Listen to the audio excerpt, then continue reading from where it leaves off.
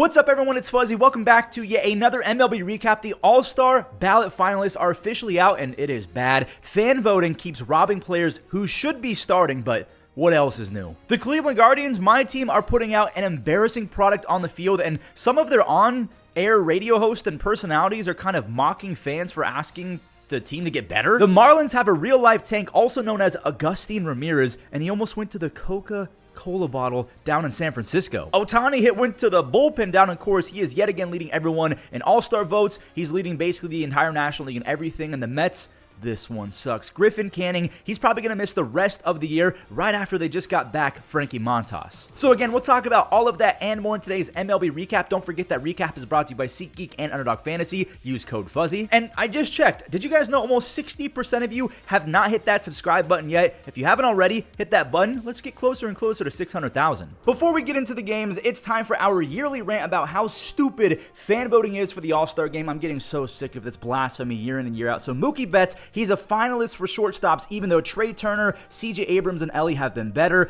Tommy Edman, he's got a 290 on base, but he somehow made it over a guy like Donovan, Max Muncy. I feel like he's been really good lately, but the fact that Eugenio Suárez is not a final contender with 25 home runs and 67 RBIs is crazy. Teoscar Hernandez, he's been a dog, don't get me wrong, but he's not better than James Wood. James has more WAR, home runs, RBIs, runs, hits, whatever you can think of. James has been better. Even on the American League side of things, Jackson Holliday has not been better than Brandon Lowe. Now, I don't want to just complain, so you guys have to let me know in the comments, how would you fix the All-Star Game ballot or fan voting? Because we know that the All-Star Game used to matter a little bit more because whoever won the All-Star Game had home field advantage in the World Series. That's not a thing anymore. That went away in 2017. Should we just copy what the NBA is about to do and have Team USA versus Team World once a year for the All-Star break? I feel like that could be a lot of fun. So what's the fix? Because it seems like every single year, fan voting, now I'm not going to blame Dodgers fans or Blue Jays fans, but either an entire big state or an entire country takes over, and it's just kind of annoying. But again, no shade at those fans because they're simply doing what the process allows them to do. I'm already feeling a little bit spicy to begin today's recap, and the Cubs-Cardinals game got a little bit spicy at the end of the game. A tip of the cap to Alec Burleson, who's been absolutely raking. He chugged back. He stole a double from Seiya Suzuki, and Hap, I guess, did not tag second. Yeah, he did not tag second on his way back, so it's a double play. Shota Imanaga is back on the bump for the first time in almost 2 months. He strikes out Wilson to end a clean first, and now he's up a run. Michael Busch has 13 home runs,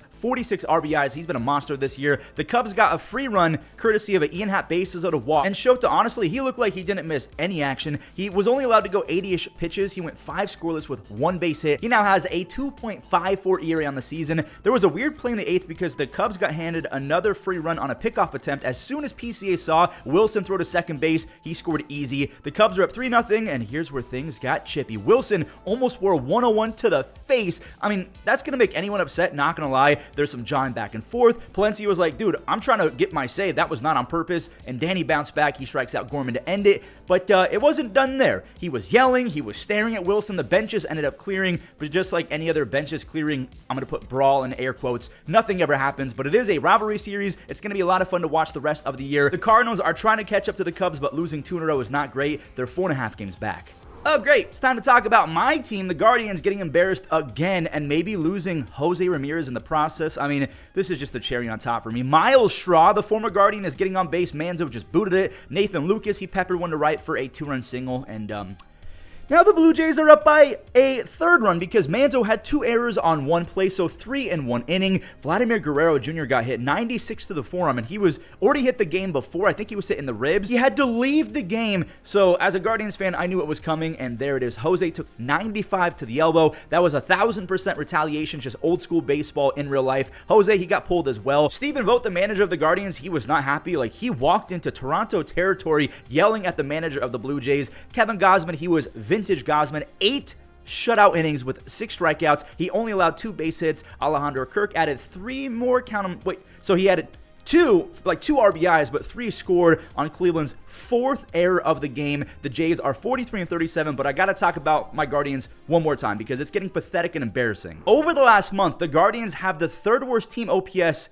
in baseball. Only the World Series contending juggernaut Pirates and White Sox have a worse OPS, but that is pathetic company to be in. No offense, Pirates and Sox fans. Guardians center fielders have a collective -2 WAR and a .517 OPS. Their right fielders are even worse with a -2.6 WAR because their defense has been atrocious. They have a .539 OPS. If only the Guardians had a 2022 first rounder that absolutely rakes, and oh, they do. Chase DeLauter is batting .317 with a 1,000 OPS with more walks than strikeouts in AAA. Remember, he was given a 60-60 hit power grade as a prospect, so they predicted this guy to be a force of nature, and he's showing why. Because he's had a few injuries, they're taking their sweet time, and man, they are really taking their time. But a radio host mocked Guardians fans like myself, saying that we just learned about Chase DeLauter, and then the on-field host Andre Knott compared Chase DeLauter raking in AAA to another guy, Will Wilson, raking. Even though Will Wilson has never been a top 100 prospect, why are we comparing super prospects to non-super prospects? It's not the same. Like, you guys heard how pathetically embarrassing the center field and right field stats are. They are quite literally historic levels of unproductiveness, which, I mean, this has to stop. Chase DeLauter has to get a call. What are the Guardians doing? They could make a playoff push in the wild card. I mean, let's face it, catching up to the Tigers in the Central is probably a lost cause, but why are they taking their sweet time with a super prospect like Chase DeLauter? It makes no sense. Just not fun at all listening to all of that garbage while the Tigers squash the A's and lengthen their lead in the Central to 9.5 games. Torque Taters, they're back after Dietrich Enns struck out Kurtz. The 34-year-old Dietrich Enns is making his first big league start in 8 years. He hasn't been in MLB in general since 2021 when he was a reliever. There's Torkelson with his 17th. He has 50 RBIs. Jahmai Jones, he's very thankful that Max Muncy is at third base and not my friend Darell Hernandez. I think that Darell would have 100% made that play. Instead, it's a 2-run double for Jones. And Dietrich Enns, he was awesome. 5 scoreless, 1 base hit. He had 4 strikeouts. 55 of his 77 pitches were thrown for strikes. Gleybe, he's going to start the All-Star game. Torres now has 8 home runs, 40 RBIs, and an insane 390 on base. Zach McKinstry, that is a fun triple right there. He has 8 of those, so he reties JRam for the most in the American League. The Tigers, they get as easy as a win they'll ever have. They're 51-31, and again, 9.5 games up in the Central because the Guardians just don't want to call up their best prospect. We'll show that 787-foot home run from Augustine Ramírez as the Marlins are trying to sweep the Giants. We'll do that after this Twins blowout because Emerson Hancock, he was on his way to a solid game when Trevor Larnach launched the hanging changeup. He hit that baseball 421 feet. He's batting .281 with a near .850 OPS with 12 home runs his last 58 games. Brooks Lee, he's been a menace this month. He's batting .360 with 7 extra base hits and 14 RBIs in 22 games. Buxton, he's somehow not a finalist. Another just mistake by fans. There's another RBI extra base hit for the Buck Truck. Minnesota, they kept spraying RBI knocks. Willie Castro had an RBI double thanks to a bad read from Randy. Correa, he lined one to score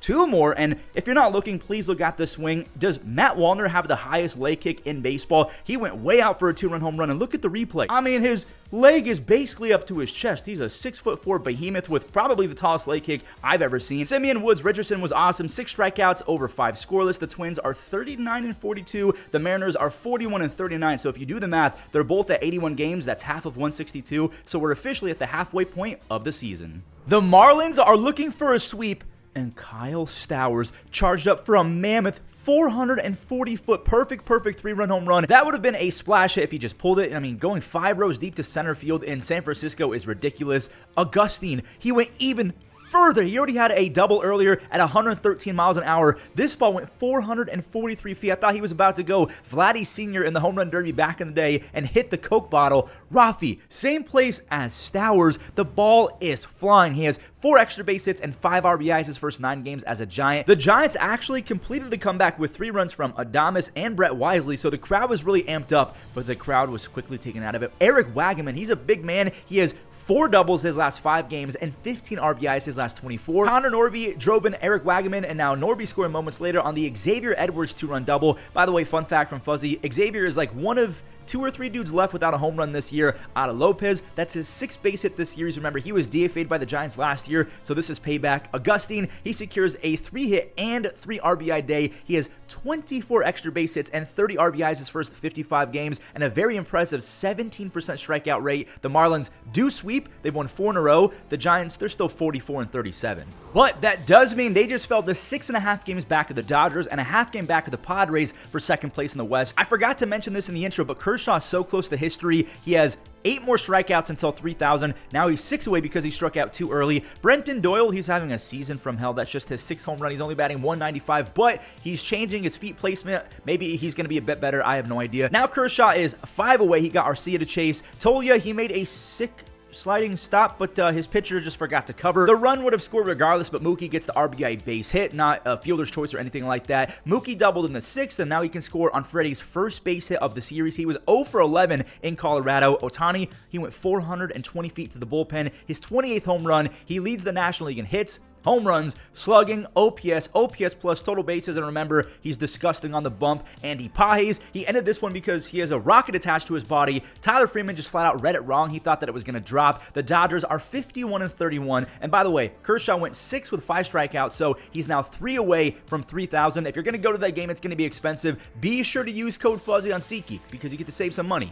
I know a few Phillies fans, and I think they're about to start scaling streetlights for all the wrong reasons. Usually do after they won a championship. Bryce Harper needs to come back ASAP because they're having the worst offensive showing in years. Now, thankfully, at least they bailed out Christopher Sanchez from the L, but they still lost their 3rd consecutive game where the starter was out of their mind. Just 1 run off of Christopher Sanchez. Jake Myers, he scored on the Yainer Diaz single. I forgot to mention, by the way, Hunter Brown was going for the Astros. He lowered his ERA to an AL best 1.74. He racked up 9 more punch-outs across 7 scoreless, only 3 base hits. Who do you think is going to win the Cy Young, Max Fried or Hunter Brown? Christopher Sanchez had 11 strikeouts. He was fired up. That is the 40th quality start for the Phillies this year, but their bullpen has been really bad this year. They have the 5th worst bullpen ERA in baseball, so that's their bugaboo, and it showed again. Even though they bailed out Sanchez after tying it, the 26-inning shutout streak is over.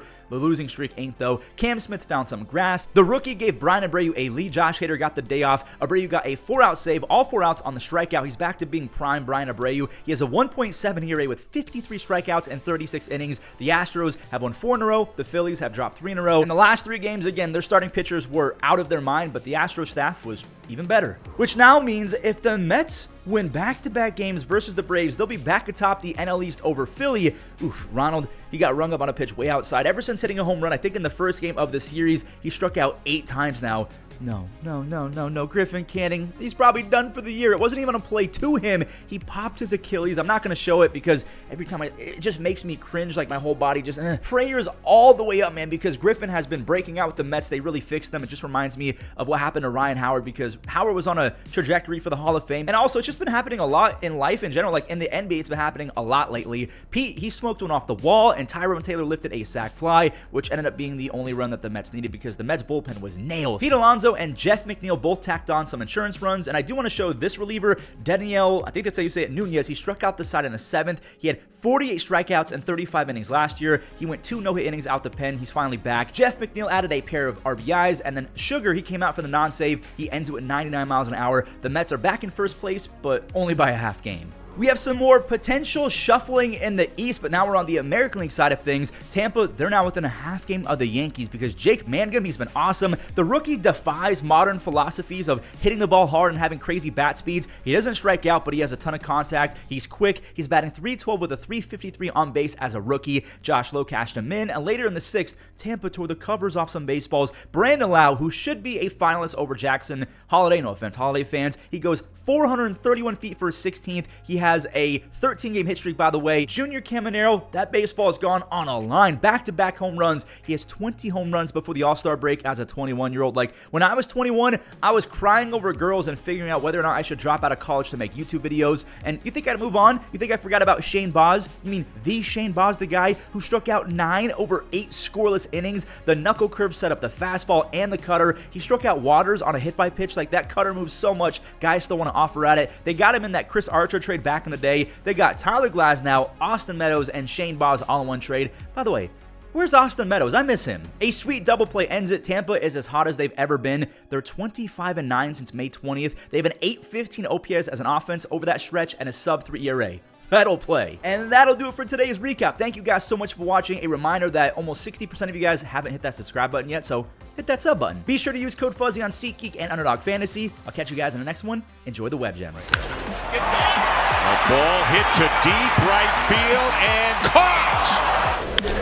It's deep. Kwan looking up. It's off the top. Kirk coming to third. They might get him. The throw in time. Kirk out by plenty. That's really cool. On the ground. Sliding play by Horner. Gets up. Disturbed.